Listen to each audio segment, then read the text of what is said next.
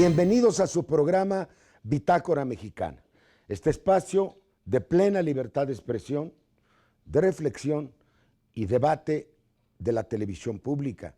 Su amigo Porfirio Muñoz Ledo. Hoy tenemos a discusión uno de los temas más importantes de la agenda de la reforma del Estado. Si se me dijera, ¿qué tema pondrías tú por delante? El primero en la fila, yo diría este. Y lo vamos a explicar en este programa. Es el de la democratización de los medios de información electrónicos, que por ser la inminencia, ser muy inminente la reforma que pretendemos llevar a cabo, le hemos llamado reforma de Estado en telecomunicaciones. Voy a presentar de una vez a los tres para entrar en materia. Los tres invitados son diputados federales. Actualmente, cada uno lo es por un partido distinto. Javier Corral, muy conocido de ustedes, lo es por el Partido Acción Nacional. Carlos Flores Rico lo es por el Partido Revolucionario Institucional y Enrique Ibarra lo es por el Partido del Trabajo. Con esto nos convertimos por esta sesión en el segundo canal del Congreso, con el riesgo de convertirlos en el primero, si no se apuran nuestros amigos. No voy a leer sus biografías, han sido senador y diputado, candidato a gobernador de Chihuahua, diputado local, diputado federal, candidato a gobernador de Jalisco, miembro muy distinguido de su partido. Flores Rico es sociólogo, ha sido secretario general adjunto del Partido Revolucionario Institucional. Los tres se han dedicado a este tema y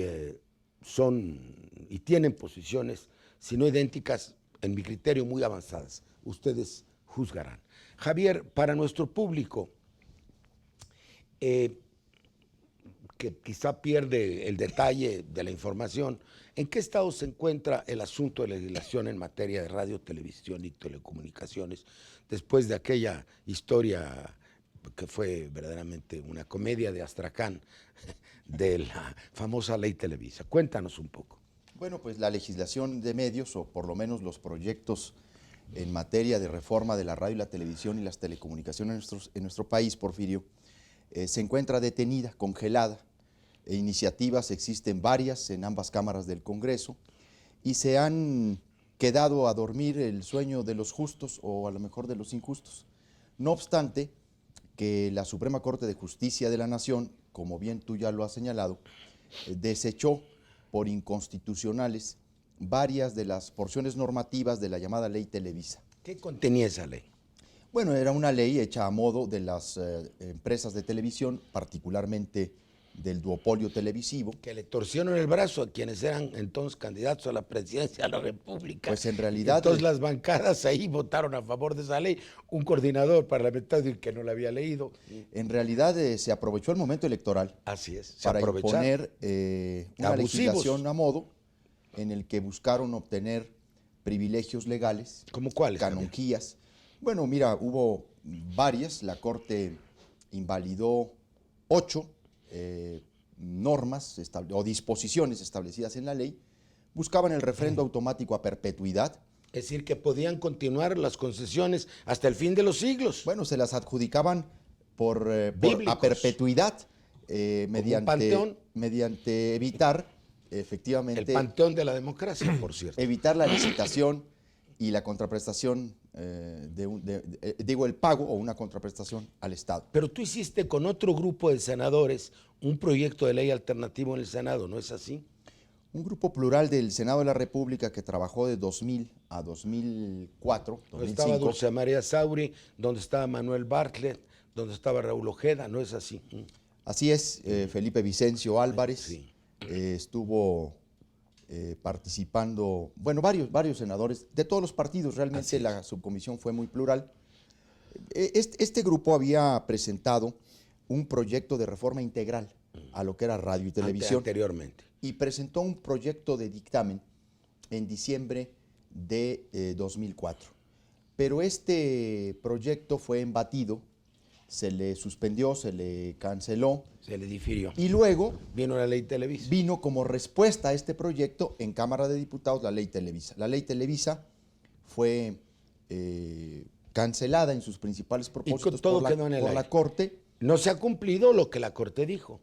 Así es. Ahora, es muy importante además decir lo siguiente.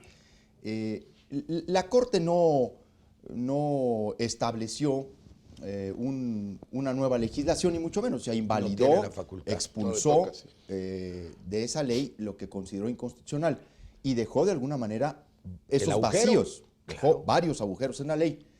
El Congreso está obligado no solo a rellenar esas disposiciones Sino que a fueron revisarlas. anuladas, sino a buscar de ese piso precisamente una nueva legislación integral que modernice la relación entre medios de comunicación, Estado y sociedad. Por tu parte, ¿tú cómo verías esa nueva ley? Como dice Javier, no solamente rellenar los agujeros que están ahí, como los baches de la calle, ahí se atora todo, sino remodelar. ¿Tú cómo lo verías en unas cuantas palabras? Mira, en realidad, bueno, queda claro para el público que nos escucha que no es una ley, aunque la cotidiana comunicación periodística le llama una ley Televisa. Son dos leyes, es la Ley Federal de Radio y Televisión y la Ley de Telecomunicaciones, y ahí está parte del asunto. La idea es hacer una. La idea es, a lo mejor no hacer una, sino hacer una cuestión congruente, consecuente y que dialogara. ¿Cuáles serían los principales problemas? Yo creo que el primero es preservar la soberanía del Estado en la rectoría de los medios. Eso es lo que está en el fondo, ¿no? Si es No posible hay que el preservarla, Estado... recuperarla. Recuperarla inclusive. Si es posible que el Estado pueda mantener la rectoría de los medios, propiciar y auspiciar su desarrollo, garantizar la libre competencia de los actores diversos en la misma, preservar el cumplimiento de la ley en el ejercicio de la radiodifusión, hacer que ésta se preste al desarrollo democrático, entre otras misiones. ¿Y de qué manera se haría esto? Pues yo creo que tiene que ser, primero que nada, en un contexto muy amplio de democratización del Estado mexicano, para empezar.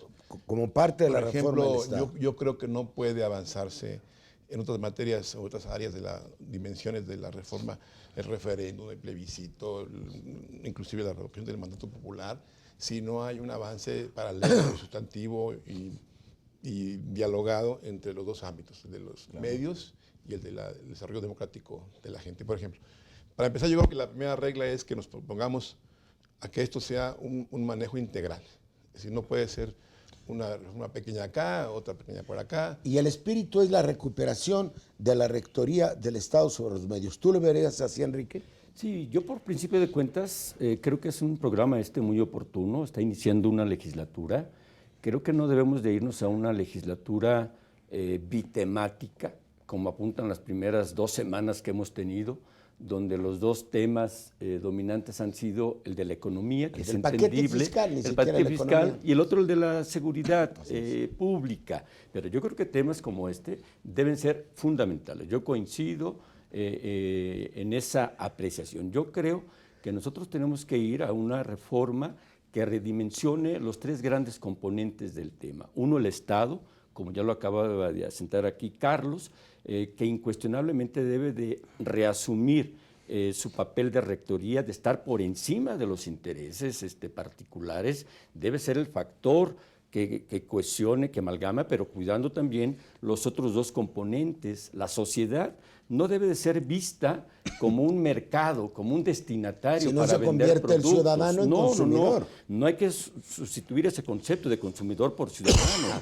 La sociedad debe tener un papel fundamental como parte de ese proceso. Y el tercer componente, la comunicación. La comunicación no debe ser una mercancía. Yo creo que la nueva visión de legislación, que tiene que ser más que una ley secundaria... Pero sale mucho dinero de ahí, ¿cómo se le quita su carácter mercantil? Bueno, yo creo que ese es uno de los problemas centrales, pero se tiene que armonizar. Se tiene que armonizar, pero tiene que haber una concepción de que la comunicación no es una mercancía, la comunicación es un valor. Y yo creo que nosotros tenemos que ir, por supuesto, antes que una legislación secundaria, a una reforma constitucional. Ya lo decía Javier, hay varias propuestas, algunas muy interesantes, algunas cuando se ventiló este tema en el 2001 de la reforma del Estado. Hay quienes han propuesto que es inconcebible que este tema fundamental de la comunicación, de la información, no tenga el rango constitucional.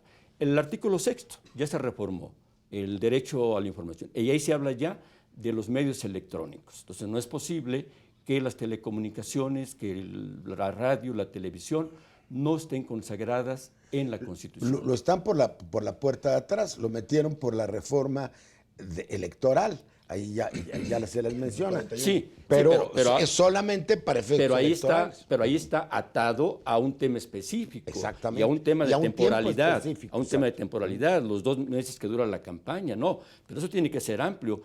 Ya se verá si es el artículo 7, como hay algunas propuestas, o el artículo 6 de la Constitución. O el antiguo propuesta del artículo 3. Bueno, pero el artículo 3 lo que debería de hacer es incorporar los valores que contempla para que sea parte del contenido, porque no se puede pensar en reformas en esta materia sin ocuparse también del contenido. Y el contenido pueden ser los valores que contempla el artículo 3 de la Constitución.